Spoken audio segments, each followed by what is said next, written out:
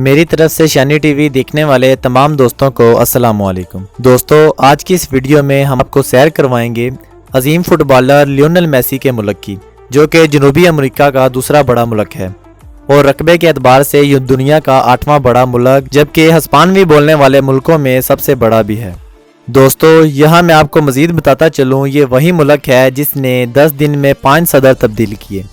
1892 میں شناخت کے طریقہ کار کے طور پر فنگر پرنٹنگ ایجاد کرنے والا پہلا ملک بن گیا۔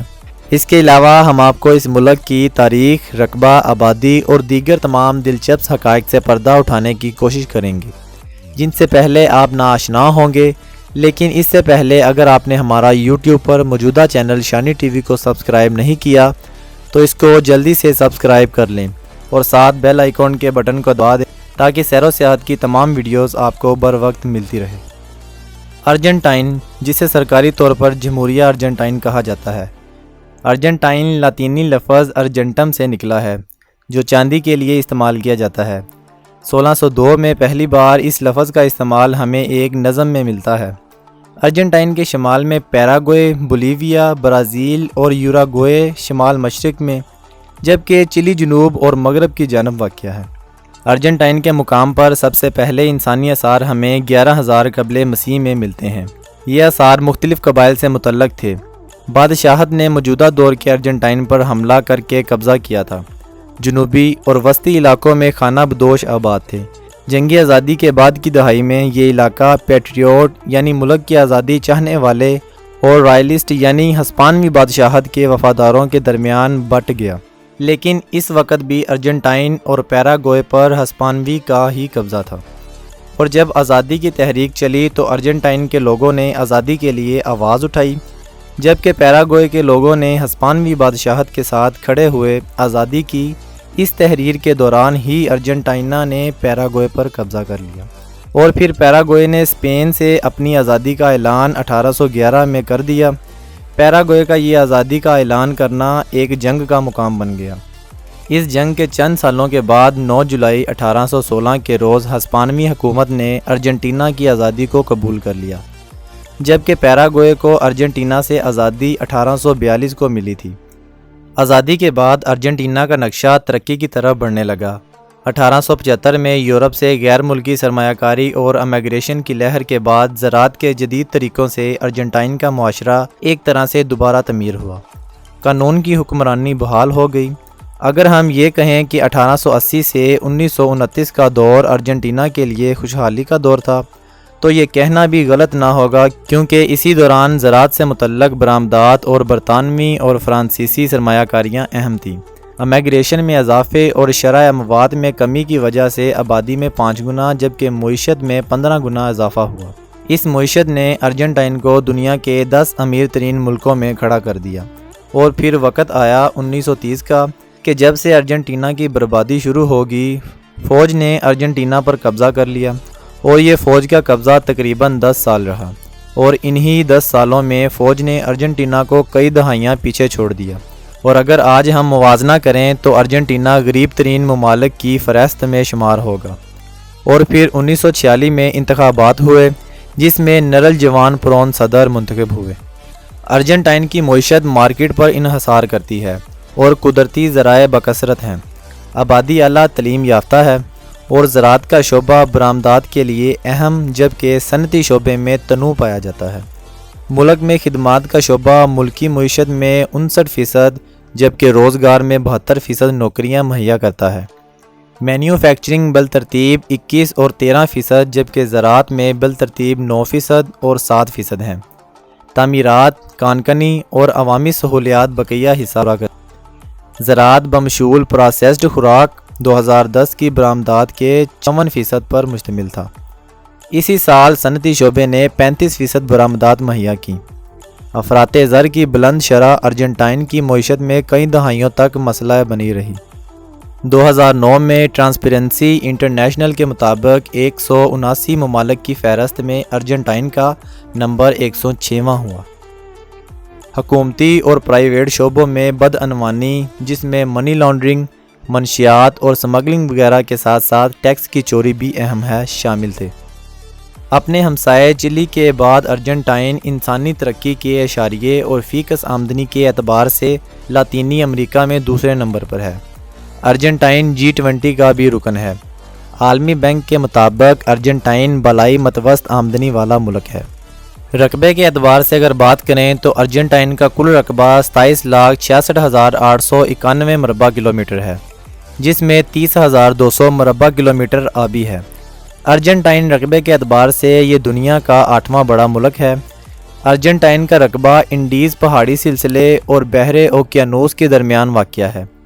آبادی کے حوالے سے اگر بات کریں تو 2001 کی مردم شماری کے مطابق ارجنٹائن کی کل آبادی 3,62,60,130 افراد پر مشتمل تھی۔ آبادی کے لحاظ سے ارجنٹائن جنوبی امریکہ میں تیسرے جبکہ دنیا بھر میں 33ویں نمبر پر ہے۔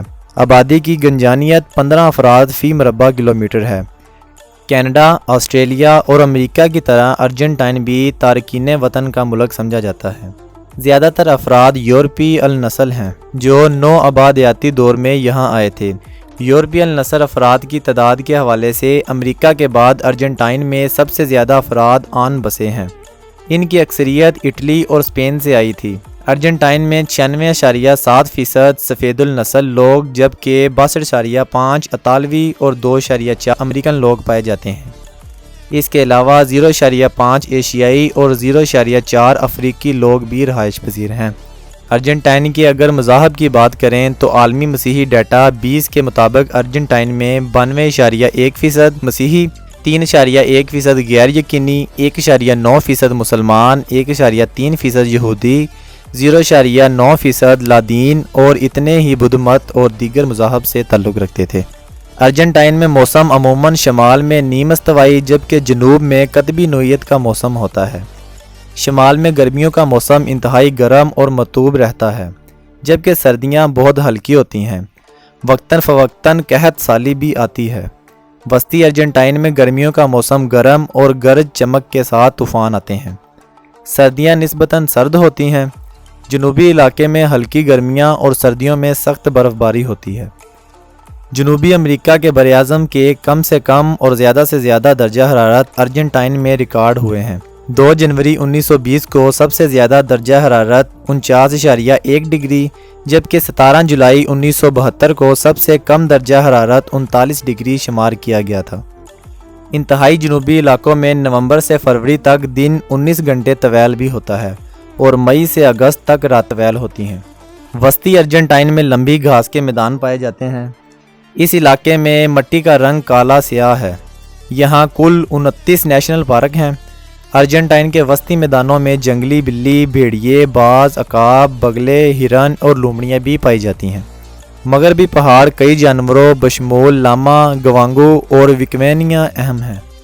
اس کے علاوہ خرگوش، پہاڑی بلی اور انڈیز کے گدھ اہم ہیں۔ جنوبی علاقوں میں کوگر یعنی پہاڑی شیر، ہومل، پڈو یعنی دنیا کا سب سے چھوٹا ہرن اور جنگلی سور شامل ہیں۔ ارجنٹائن کے علاقائی سمندر میں بحری حیات بکثرت ہیں۔ وہیل، ڈولفن وغیرہ عام ملتی ہیں۔ سارڈین، سامن اور شارکیں بھی پائی جاتی ہیں۔ سکویڈ اور شاہی کیکڑا بھی ملتے ہیں۔ دریاؤں اور ندیوں میں ٹراؤٹ بھی ملتے ہیں۔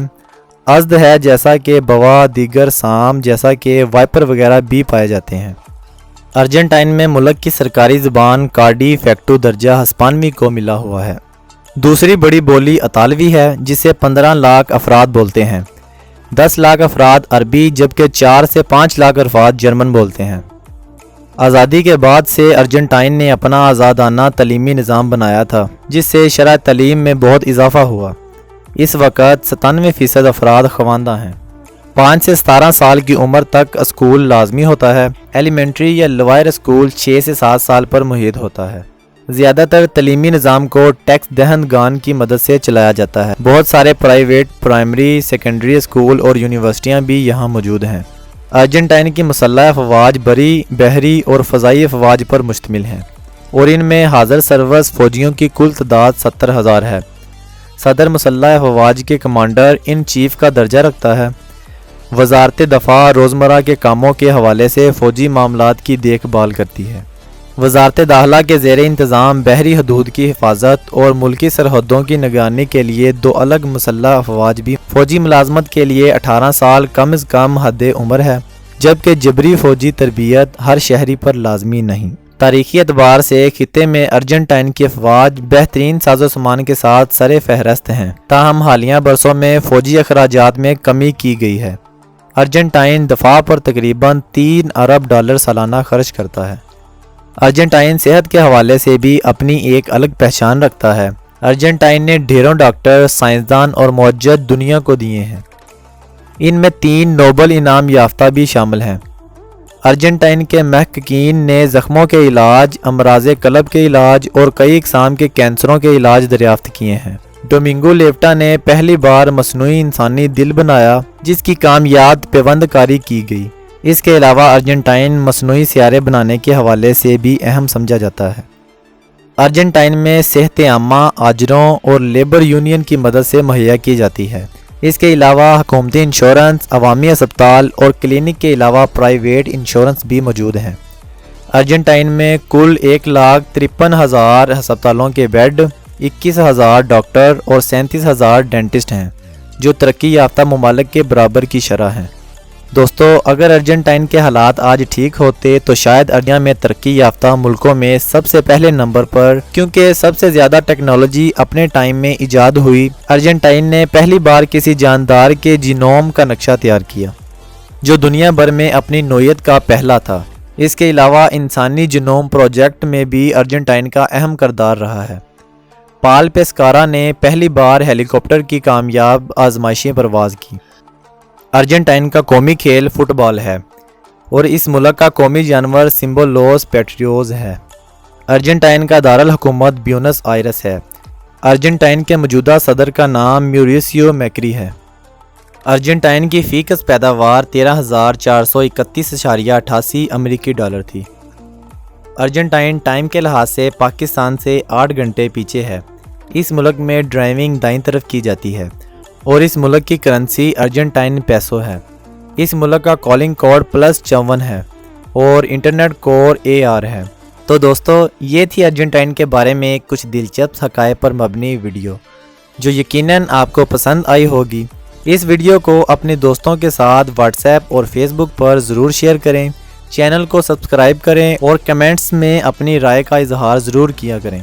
انشاءاللہ زندگی رہی تو بہت جلد ملیں گے ایک نئی ویڈیو کے ساتھ۔ تب تک کے لیے اللہ نگہبان۔